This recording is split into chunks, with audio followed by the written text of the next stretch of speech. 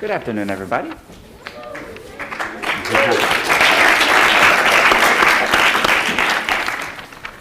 Thanks so much, Matt, for coming. First of all, Matt's Twitter name is @photomatt. So if you want tweets during the event. So if you want to tweet out, too. Matt appreciates it. So my first question would be, so you've been at the Web Summit London yesterday, and you've also visited 10 Downing Street, where you met Tim Luke, who is a senior advisor to Prime Minister David Cameron and Deputy Prime Minister Nick Clegg on business, trade and innovation. What are your main takeaways from these two events, in particular regarding the UK's position and opportunities in the global startup scene? The Downing thing was interesting because I guess London, well, every city I visit in the world that's not San Francisco wants to be Silicon Valley. Yeah. And it's funny because San Francisco doesn't want to be Silicon Valley. So Silicon Valley is actually like 30 minutes south of San Francisco, where San Francisco is like a really cool artistic city, great architecture, everything. Silicon Valley is like strip malls and campuses, corporate campuses, which aren't as pretty or nice as college campuses. Except the Google one. The Google one's pretty cool. So they were trying to do that. And I guess there's this thing called Tech City. Has anyone here ever been there? A couple folks? Some people call it the Silicon Roundabout. Mm. That's such a cool British name. But there's sort of inherent, and this is not unique to just the London area, there's sort of the cycle where a company gets big and successful, it sells or has an exit, it creates a lot of liquidity, and the alumni of that company then often start or advise or invest in other startups. It's kind of this virtuous cycle of entrepreneurship. And everyone wants to kickstart that. But what they generally end up doing, and what London appears to be doing, is giving incentives for large companies to set up offices there. Dublin did the same thing, right? With their ridiculously low tax rates. As my Irish friends said to me, they were like, well, 2% is better than 0. But, you know, so Tech City has a Google campus and all this sort of jazz, but it's not really, to me, that's not going to help entrepreneurship that much. And in fact, it's going to challenge it in the area. I have a friend, Alicia, who has a startup there, and she says her rent is going up 6x when her lease expires later this year. So it's going from, whatever, like $5 to $30 per square foot. And then Google's poaching the talent, the local talent. So it's kind of difficult. I think to have a startup environment, what you kind of need is a lack of involvement. You need, I mean, why did startups go to that area in the first place? Because it was cheap and they were artists. Well, it's no longer cheap and all the artists left. They're going someplace cooler and cheaper. So you almost, it's one of those things that you can't force. So do you actually think London can compete at least with other European cities like Berlin or Amsterdam? I think it's the wrong question. So the funny thing is that even in America, sorry. I'm fine with that. Like even in America, like New York City, which is pretty amazing, is trying to be like more like Silicon Valley, and they're having trouble with it. So I think that other cities are, the right question is I don't think Silicon Valley is going to be killed or replaced or matched by another city. I think it's going to be killed, replaced, and matched by all cities. And that's sort of one of the theses behind Automattic, my company. So we have 150 people, and 120 of them are outside of San Francisco, all working from home around the world. We have 4 in Ireland, 5 in the UK, just all over. And the beauty of that is, well, just like it's silly to, like, let's say you were discriminating on the basis of gender. It's not just morally odious, it's also statistically dumb, because you've taken out half the applicant pool that you could hire. So you're going to hire, by definition, worse people on average. Well, when you think of what most companies do is they take out 99.999% of the applicant pool by only hiring for people that happen to be co-located in their geographic region or willing to move to it. And I think that's a huge temporary arbitrage opportunity for getting incredible talent from all over the world. Like our creative director at Automattic, who's designed things that hundreds of millions of people see every month, lives in a small town of about 2,000 in Alabama. We find great people all over. And also it affords that opportunity where sometimes we'll hire people in San Francisco that don't go to Facebook or Google because they want to travel the world. I myself was on the road 292 days last year. So I think that's ultimately what's going to replace these sort of monolithic companies. And you have the last dying gasp of like a Yahoo saying everyone has to come into the office. But that's not the future of work. Like obviously, like the technology is there for us to be everywhere and anywhere. Cool. You mentioned Automattic. You yourself dropped out of school to work at CNET and then soon found Automattic. Do you think do you think that's a good thing to do for students to drop out if they have an idea in mind, or? That's a trick question. We've got many students here who might consider that. What's your take on this? I think you should stay in school. Well, but why didn't you stay in school? I wasn't very good at school, to be honest. Even so, like by the time I was in high school, my primary interests were music and then just playing around with computers. Neither of which, I would just kind of do the bare minimum to get by academically. And I do wish, the thing I really miss, so for those of you currently in school, is I actually have a blog post called I Miss School. And basically what it talked about was the incredible luxury provided by having the time to be able to just spend weeks with one of the great texts of the humanities and talk about it with friends who are interested in it and a professor who studied it for 10 or 20 years. Just that sort of depth of interaction. I feel like some of the things I learned in my brief sojourn in the University of Houston, which isn't even that great a school, like those are the things I still use today. Like ways of thinking about things, ways of learning philosophy. Very, very applicable every day of my life, including in work, including in business, everything. So that is, but while I was there, I didn't appreciate it at all. I'd be the guy like, oh, I'll watch the movie, get the Cliff's Notes. Do you have Cliff's Notes here? No? You have what? Sparks Notes. I'm sure there's an online thing now that does it all. But yeah, I would just try to rush through these texts and I wouldn't really appreciate it. So it's funny, now when I go on vacation, what do? I take these big books that I skimmed in college and actually read them. Cool. So yeah, you don't recommend to you guys that we all should drop out. Cool. Well, it's kind of funny. One of my friends was at Berkeley and he was, had moved from China going to Berkeley and he kept asking me if he could drop out. And if he should drop out. And I kept telling him no. But in my head, I knew that when he stopped listening to me, that was when he was ready. And he ended up dropping out and starting a company. So I'm telling you all no. Okay. Yeah, you just didn't just found Automattic, you also founded Audrey Capital, which is your own angel investment and research company. What are you usually looking for in a potential investment? And can you tell us more about perhaps two companies in the portfolio you are particularly fascinated about? Sure. I started Audrey partially because I needed a vehicle to do just things that didn't fit inside Automattic anymore. Audrey employs 3 or 4 developers. It sort of is its own little mini company in addition to the investing. On the investing, I'm looking for people I've worked with before or entrepreneurs I know through circles. People who have, it doesn't necessarily have to be an audacious idea, but I like it if it tweaks the status quo a little bit. And then things that are in my wheelhouse, like stuff I would work on for fun, even if I wasn't putting money into it.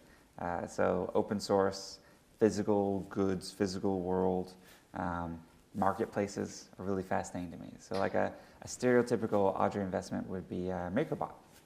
You guys know 3D printers? In my opinion, the coolest company behind 3D printers. And I knew Bree from many, many years ago, before it started. And it just, once I found out about the company, it seemed like the coolest thing in the world. Like they had this site called the Thingiverse, where people would sort of open source designs they make for stuff, like cups and bottle openers, and they would share them. And then other people around the world who they never met would improve them.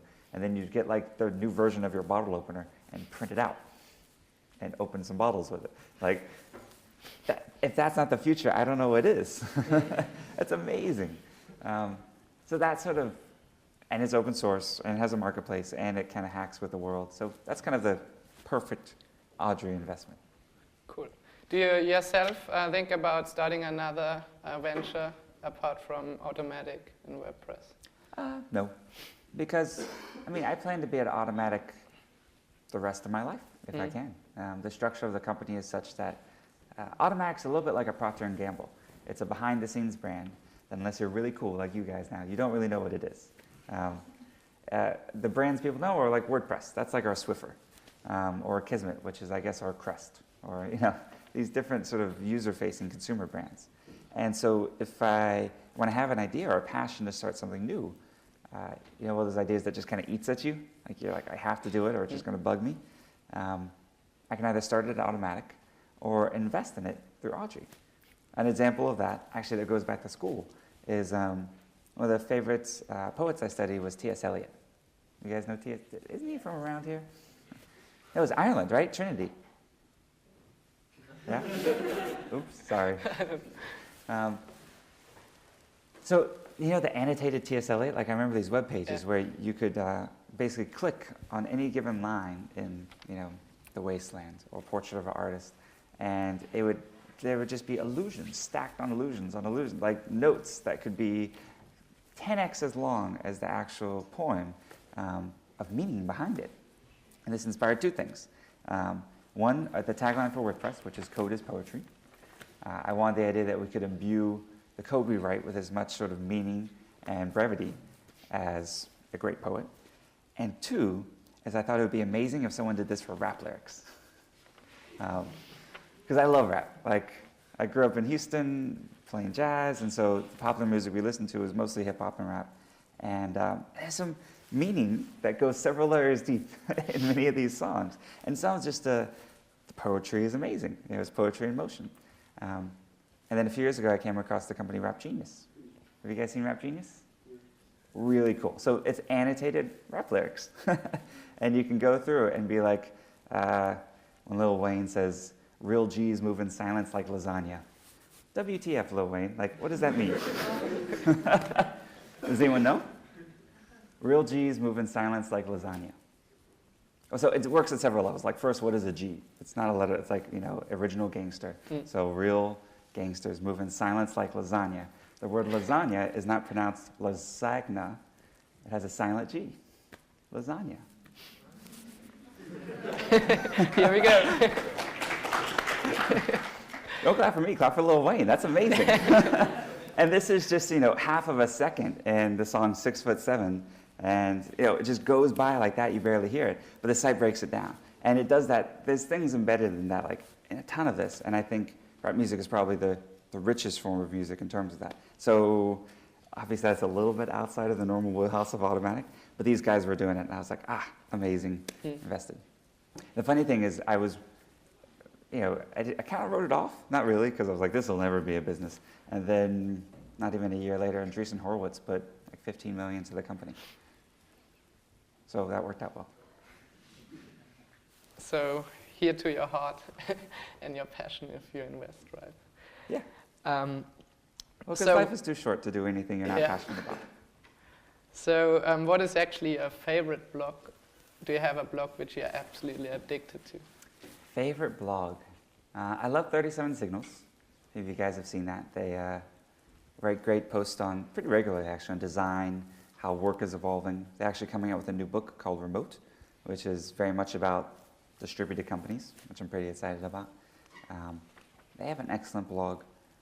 And, you know, I use now the WordPress.com reader. So I have this new feature on WordPress.com where you can subscribe to a bunch of blogs, put them in a nice stream. And the cool thing about it is it extracts out the media, so it's like a very visually rich, even if the post is like 1,000 words long and has one image, it'll like make the image really big and show that, and show you an excerpt and then be like, oh, there's 1,000 more words. So you can get through things pretty quickly. And I just follow a lot of friends on there. And that's kind of my primary in the morning thing. My other addiction would be, and it's not a blog, it's kind of a meta blog, is TechMeme, techmeme.com. It's like a algorithmic thing that looks at all the tech blogs and kind of creates a homepage, creates like the front page of a newspaper for it. And it is the best source of technology news in the world. And it's how I actually measure all of our PR. It's like, who cares if we got a story in TechCrunch? Like, if it wasn't on TechMeme, it didn't happen. So do you think actually blogs like this will replace conventional news long term? And even their websites, or? Well, I mean, TechMeme is all links to blogs, like 100%. Yeah. And it's like 80% links to WordPress-powered blogs. So it's just links. So that's the nice thing about it. It doesn't actually try to have any content on it. Yeah. So it drives a lot of traffic, which is pretty cool.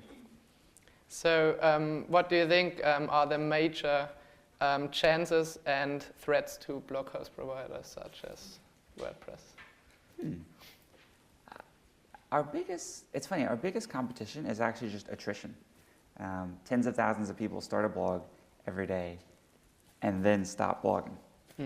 And so, but those people have something to say. You know, everyone has something to say. Or they come across things on the web that they like and they want to share. Or maybe they want a home on the web that isn't sort of a subset of a Facebook or a Twitter or something else like that they really own. So I do think that there is a billion person or more market for blogging.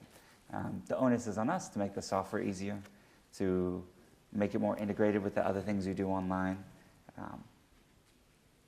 There's been many predictions that social networks would sort of kill blogs, but it turns out they did the opposite. They kind of reinvigorated them because they provide distribution for your blog post, where, you know, you're on Facebook all day or something like that. When I post on my blog, it auto goes to my Twitter and my LinkedIn and my Facebook and my Yahoo or whatever, you know, and it'll go to those in the future. And so I now have a single place I can go and reach all of my different networks, rather than having to like post the same thing 5 different places, which is nice because, like, the big companies, they fight each other, and Google Plus fights Facebook, and they don't integrate with each other at all, and because Google and Facebook don't like each other, and they would like you to use one or the other. But in reality, we don't really care, right? Like, I'll use Instagram and Twitter, you know? I don't care that they don't like each other, because I get different things from both of them. And so users tend to use multiples of these services, and because the services are kind of locked in these titanic struggles and clashes with each other, it's like the Greek gods, you know, fighting. When you're independent, like WordPress is, and Swiss, we can work with all of them, which actually we can provide connections between them that they could never provide with each other, which is kind of a cool position. So, like, yes, we're now going to hand over to the audience for them to pose some questions to Matt. So if you've got a question, if you'd like to put your hand up, and one of the people with the microphone will pass it to you. Put your hands in the air, wave them like you just don't care. Matt, would you actually like to choose the first person? Sure, and we'll start up here. Okay. And just say your name and I guess what year you are or where you go to school, or? Hi, I'm Bogdan, 4th year Maths and Comp Sci over in Somerville here. So you mentioned earlier that about the sort of democratization of the workforce in a startup, that you get people from all over the world. How would that sort of affect the way the team works if everyone is in a sort of different physical location? Sure. Well, the way you work is a lot how open source projects work, which is kind of why we evolved this structure. We actually have an internal blog that we use, and we actually have hundreds of them.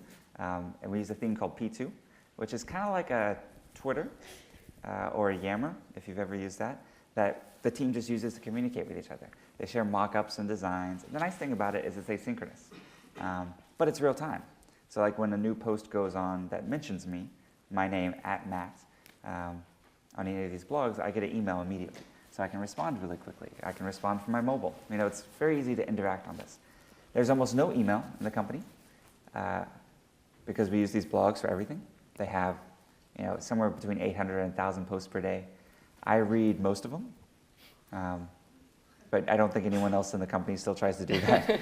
And I'm probably going to stop at some point because it takes hours a day just to keep up with everything. But people use Skype and Google Hangouts. It's funny, we didn't actually have any meetings in the company for the first 6 years before Google Hangouts were created. And we were like, oh, this is cool, let's have some meetings. So I really like Google Hangouts. Like, screen sharing is really nice. You can doodle and draw. It's really nice for that sort of higher bandwidth communication. And some teams also do like a weekly voice call. It's really up to the different teams. So I guess I should say some other things that are kind of contextual for this. People always ask, well, if people are working from home, how do you know they're really working? You know, they're not just watching TV all day, or I don't know, whatever, looking at lolcats and Facebook. And the answer is, I don't really care if they're watching TV all day, right? All you judge is the output. So it becomes a very results-oriented workplace. It's more like a meritocracy that I think is beautiful. Because in an office, just as human beings, we're influenced by all the signals we have from being around another person. Are they in the morning and there when you leave? Or, you know, do they take naps for 2 hours in the afternoon? Do they smell funny? Like, you know, do they slurp their soup every day? Like, all these things that could cause friction in a co-located environment aren't really a big deal when you're distributed. And that's kind of beautiful. We organize in pretty autonomous teams of 5 to 10 people, because I believe that all great things in the world have been done with small teams. So when a team gets too big, we just split it in two. I think we call it mitosis. But then I was later told that mitosis is not the proper term for that. It's like a longer thing that's like something kinesis. Does anyone know it? Where a cell actually splits into this two living cells. Any scientists in the room? No bio people in the room? You know? What's it called? Cytoplasm? I think that's it, yeah. Where the cell splits into those two more cells. So that's how the teams evolve. No? No? She knows, wait. I'm not a biologist. We'll do a prize, WordPress sticker for whoever knows, or whoever Googles it the fastest from now. Cytokinesis. That's it. Cytokinesis, where the cytoplasm splits in half. Cytokinesis. Thank you. Please see me afterwards for your WordPress sticker prize. And you can have a free blog. So we organize in these teams, and the teams are generally structured. They do an update once a week on a central blog, but other than that, they're kind of on their own, and they're completely cross-functional. So they have generally 3 or 4 developers, a designer, pretty much on every team, and if they need it, like a business guy. But usually they don't. So that's how the whole company is structured. And I think I answered your question, but I might have skipped it while answering lots of other things, making up my own question. Who's had it? I think you had a hand up there longest. We'll go to both of you up there. So just, yep, there and there, whichever order. How do you feel about What's your name? Sorry, my name's Owen. I'm a third-year computer scientist in Keble College. How do you feel about the demise of RSS, and do you see anything in the future replacing kind of subscription to blog or news feeds? Yeah. Yes. So the thing I see it replacing in the future is actually this new WordPress.com stuff we're doing. It's designed to basically, because RSS is actually still there.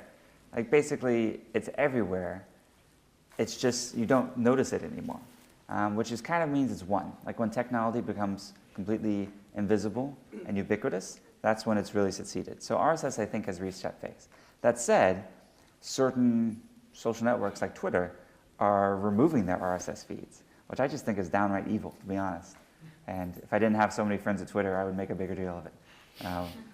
But they're making that you need to have an authenticated API to basically get RSS feeds anymore.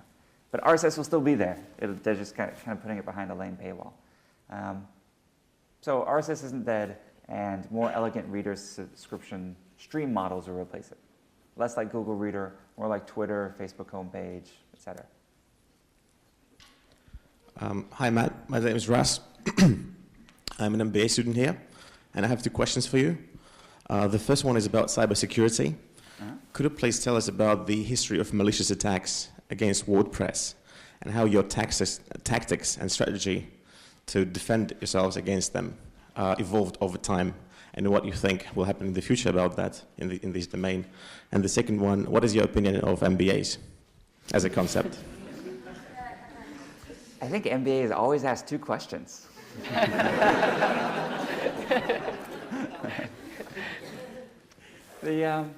So I'll talk about the cybersecurity one first. We're probably being attacked right now. I mean, WordPress.com is constantly attacked.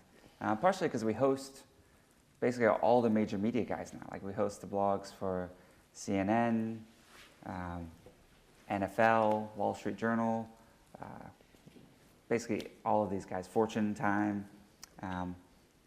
So those are obviously under attack quite a bit. I remember joking around like the presidential election, like we could really mess with this thing. I just post the same story to like New York Times, Wall Street Journal, Financial Times, and National Herald Tribune. It'd be kind of fun. You could do it once. So I'm saving that for like my swan song. Our tactics to protect ourselves are partially not to talk about our tactics too much. But you obviously have to be careful, doubly so, in a distributed environment, because the weakest link is every single person's laptop. And so basic computer hygiene, you know, we ask everyone to encrypt their laptop, have a password on it, put a code on their phones, proxy their traffic. So when you're interacting with most of our resources, you have to go through our SSH proxy, which means it's all encrypted. Use Macs instead of Windows. It's true. I think we have probably 6 or 7 PCs in the company, but like 5 of those are running Linux. And I think we might have like 1 or 2 Windows machines. That my requirement for that is you have to be like sufficiently technical that you're like really into keeping it updated. Like non-technical people aren't allowed to use Windows. Windows is better now, but that's pretty much, I mean, you see all manner of attacks. We see account compromises, phishing. The most interesting to me are denial of service attacks. So on the internet, the internet's much like London in that it's a series of tubes. And the tubes can be filled up by malicious people. It's kind of like if you sent, you know, like an elephant through a revolving door and no one else could get through. And the weird thing about the internet is everyone, basically the equivalent of a nuclear bomb online, like if you wanted to try to take down WordPress.com, to get a pretty substantial attack, like 5 to 10 gigabits, is only like $10,000 a day, which is not that much in the grand scheme of things. For basically an online weapon of mass destruction. And the only way to fight it is basically getting bigger and bigger pipes. So at some point that you're big enough that most people's attacks, like it would take 100 grand to take you down for a day versus 10 grand to take you down for a day, or $1,000. So, but it's kind of always fun to see what's targeted. So for example, usually when we get a DDoS, they're trying to take down a specific blog, and they just end up taking down the rest of WordPress.com by accident to get this one specific blog. And recently, like especially the past couple of years, it's almost always been a political blog, particularly in Southeast Asia. That's been a lot of the targets. We have a lot of users because we're localized in 60 languages in those places, and there'll just be something political, and someone wants to shut it down, obviously. MBAs, I don't hold it against people. We've even hired a handful.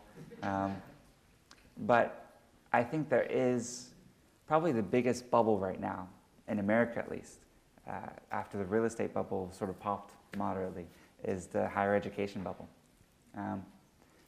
Even outside of the top 10 or 20 schools, people spend, I think there's $1 trillion in student debt right now in the US, $1 trillion. And people are spending a lot of money to get a degree, which the level of pay afterwards is not there. Even at some of the top schools, like Stanford or Harvard. So I think that gap needs to close. Question. How about down here in the orange? We'll get over there, don't worry. Or would you want to talk? Thank you. Hi, my name is Fyodor. The question is, how do you hire remote people? How do you do interviews, etc.? Thank you. Remotely. We try to hire people like we're going to work with them. So basically what the funnel looks like is Automattic.com. If you visit automattic.com, it's basically kind of just like an advertising site for the company. Like there's a work with us page that says how fun and cool we are, and it has some lists. There's also a number of Easter eggs or puzzles hidden throughout our products that if people find, it directs them, and they decode it essentially, it directs them to the jobs page. The emails go to me, actually initially, and I review all the incoming resumes. And I don't discard, I immediately reject about 2/3 of them, and then I forward about 1/3 on to the person competent enough to hire for that position, or the team. And then they do a secondary review, and they reject another 2/3. Final people get if it's an engineer, they get a code pretest. Then there's an interview, always on Skype chat, for text, because that's the primary communication, so we want to make sure they're good at Skype chatting. It's funny, spoken English is not needed at all at Automattic, but written English is incredibly important. But I've met people who I can barely understand, even though I've worked with them for a year or two without ever thinking they might have an English problem. And they don't really, it's just a heavy accent or something. They passed an interview, we go to a trial, and this is probably the most important thing for those of you that are going to do companies. I guess this is an entrepreneurship thing, right? There's no qualification, no experience, no thing that you can put on a resume that's a substitute for actually working alongside someone and seeing what it's like to be in the trenches with them. So what we do is we try to replicate that. Of course, we try to recruit from people we've worked with before. Referrals are a huge source of incoming automaticians. But we try to replicate that with a trial project, where we just say, hey, you've made it through all these hoops, and you seem like a cool guy. We sign a contract, so it's paid. I think $25 per hour is the standard for whether it's a CFO or a support person. And we say, here's a plugin, why don't you fix it? Or make this feature. Or if it's, when we're hiring the CFO, we had him do a finance analysis. It's actually really hard for non-coding positions to think of a trial project, but we just kind of make one up anyway. And that's where you really learn whether the person is someone you want or not. Then whoever the hiring manager is will make a recommendation, and then I do the final interview on Skype text chat. And one of the things I love about this is that there's no, it's not just it's almost literally blind hiring. I have no idea whether the person is white, black, yellow, green, whether they speak English well or not, whether, any of these things. You're just judging them based on the work that they're going to be doing at the company. We have time for just one more quick question. I'll actually try to extend a little and give shorter answers, because I know there's a lot of hands. So Okay. Let's go do this. So we'll do rapid fire mode. Let's do up here and then down here. The questions can be the same. I'll just try to talk less. Thanks. You can tell I'm a blogger, not a tweeter, right? All things. Yeah. Thanks for your talk. You talked about remote working being the future. How do you see that working for industries like construction? Probably not. But, some of it maybe. There's some amazing, medicine is one of those places where I said, it'll never be remote. But there's starting to be telemedicine. Both not just consultations, but reviews of radiology scans. And at some point, you can completely imagine, not drones, but something like a remote-controlled machine doing surgeries. There's already someone standing there controlling a little machine for some of these surgeries. Why do they have to be in the same room? Why can't they be across the country? Hopefully, turning Skype and Facebook off while they're doing it. What's that? Robot builders? Sure, why not? All of these things eventually go to robots. Deliveries. Oh, it's true. Be in a career that can't be easily replaced by something mechanical. Deliveries, car drivers, taxis. Cars are going to drive themselves within the next 20 years. And a lot of these traditional industries where people are doing things that could be better done by machines are going to be highly disrupted. How about, I know there's one over here. How about that? Oh, you already have a mic, sorry. Hi, my name you is really like Google Plus. That's the only Google Plus sticker I've ever seen. I interned for Google, so they okay. Well, get a WordPress sticker afterwards. I'll give you one. I'd love one, a WordPress. I'd hopefully find some space over here. Cool. I actually have a WordPress blog. I'm a third-year computer science student at Rice University, so it's great to see some Houston representation on the other side of the world as well. My question was, you spoke about remote collaboration, and you were talking about the internet earlier. So what do you think about Bitcoins, and why not start paying people, your employees, with Bitcoins? So I love Bitcoins. If I could invest, well, I guess I did invest in Bitcoin. I invested in BitPay, which is a company that sort of does, it's a Bitcoin insurance service. We actually launched Bitcoin payments on WordPress.com as well. So you can buy upgrades on WordPress.com with Bitcoin, which is pretty cool. And at least dozens of people have done it. So I love Bitcoin. I think it's disruptive. If someone wanted to get paid in Bitcoin, we would probably look into doing it. It's not a terribly, it's like a pain in the butt to get them. So that would be weird. But there's no reason I couldn't pay someone in Bitcoin. It's the same from a financial and accounting point of view. But the final thing is the user experience of Bitcoins is pretty terrible. It's tough. But they're going to become, I think, ever more prevalent. Sure. How about down here? And we'll bounce over there. Thank you. Sorry, it's another follow-up on distributed workforce. How do you think it will allow people to shine as individuals and identify future leaders to do like what you're doing? I mean, you just see it in the quality of the work. I mean, it becomes really, really obvious when all you're looking at someone's output. You can just look at it. Like some people just do the best stuff. I should also caveat that we do get together at least once a year. So the whole company comes together once a year. We usually go someplace fun. We've been to Budapest, San Diego, Mexico, and the teams, the cross-functional teams I talked about, get together 2 or 3 times a year. The things that don't work remotely, I find are getting to know someone on a personal level. Like how do they laugh? What's their sense of humor? Brainstorming, like hardcore road mapping and brainstorming. It's just kind of more fun when you're in person and you can bounce off quickly and you can draw things on a whiteboard. There's just the energy that you get that I prefer being in person for. And opening up. So feedback is actually one of the things I would say we struggle with, because you can't tell if Joe's coming to work every day and looking really depressed. Actually, a problem we sometimes have is if Joe stops coming to work. In the office, you would notice that. Sometimes it takes us a couple of days to notice that. Just because it's a highly autonomous environment. It's not like they're checking in with a manager every day. So you do have to work harder at some things, but I think the benefits and the freedom it provides employees and the trust that you give them provides much, much better outcomes. But up there. Hello.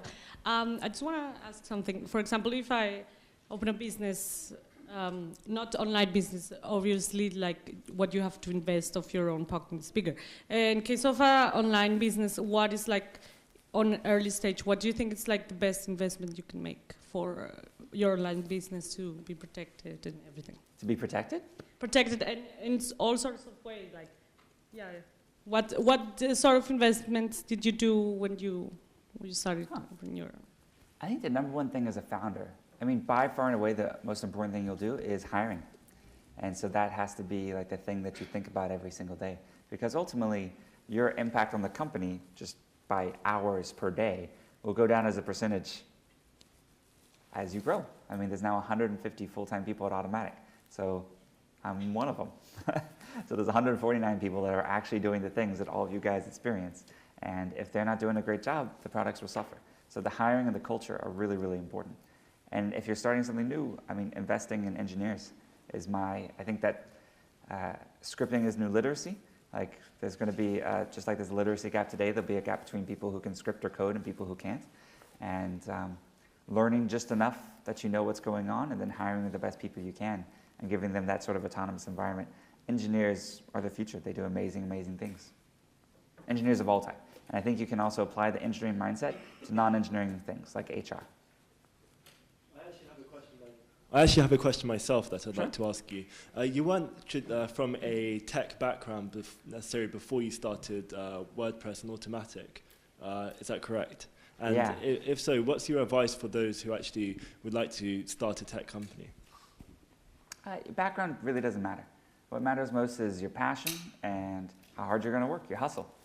I mean, I learned a ton from the things that weren't tech that was useful. So as a musician, you learn the concept of deliberate practice. Like, practice the things that you're bad at and do it every single day until you get better. That's applicable to everything in life. For the things I learned in sort of more around moral philosophy are highly applicable to open source. I mean, open source is kind of a moral philosophy for software.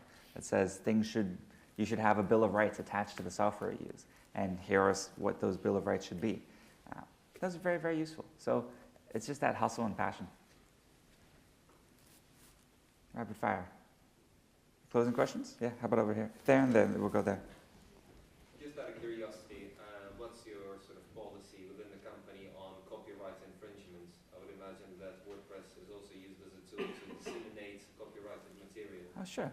With SOPA and the upcoming sort of like legislations, what's your policy on that? Well, we try not to infringe too much copyright. Certainly at the company. Like, that was actually something when I went from being a student to starting a company. I was like, man, I've got like 200 gigs of illegal stuff. Like, between music and movies, and I was like, I gotta go legit, because you can't, even though we choose to give away our intellectual property in open source, it's a choice. And I think that that's built on copyright, actually. It's built on respect for copyright. And so you have to respect other people's choices for how to distribute their creative works. So I legitimized all my stuff. It's very expensive and took about a year, but I went legit. And of course, the company buys all our software. For things that are hosted on us, the DMCA is actually a pretty decent law in the US. So basically what it says is we don't have to police anything, but if we get a takedown notice that has to jump through some hoops and be proper, we have to act within a certain number of days. And that's actually, it works pretty darn well. There's a few people dedicated to it in the company, but I don't see it abused very much. Usually things that are taken down actually shouldn't really be distributed. And bloggers don't seem to mind, because we don't take down the whole blog. We'll just take down that one post and send them a note and everything and say, hey, there's one post, we got a notice about it. And usually they know. They're like, oh yeah, I was sharing that song. Right there? Or there was, I think it was right there. You might have just been scratching your head. In which case, I hope your itch is sated. All right. Well, I wish I could stay longer, because I love visiting colleges and universities, but I have, actually one of the whole reasons I was in town was a friend's birthday dinner, which is happening in London very soon. So I'm going to speed back there. Like I said, my Twitter is Photomat. My email address is just matt@mullenweg.com or matt@WordPress. Both get to me. WordPress.com, you can email like 20 places. They all get to me. Jobs@automattic.com also goes to me. So if you have any follow-ups or things you were too scared or embarrassed or didn't have time to ask, send them there, and I'll try to get to them. So thank you. Yeah, thanks so much.